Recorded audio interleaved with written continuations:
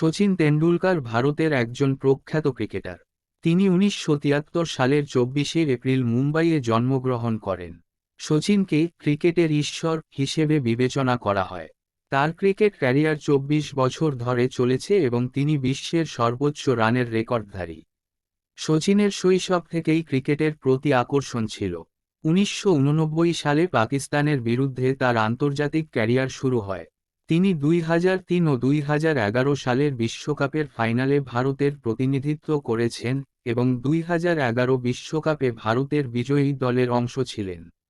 তার অসাধারণ প্রতিভা ও কর্মদক্ষতার জন্য তিনি বহু সম্মাননা লাভ করেছেন, যেমন ভারত সরকার কর্তৃক ভারত রত্ন পুরস্কার।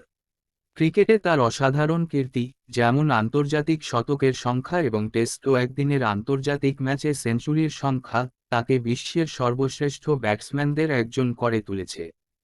Goodbye.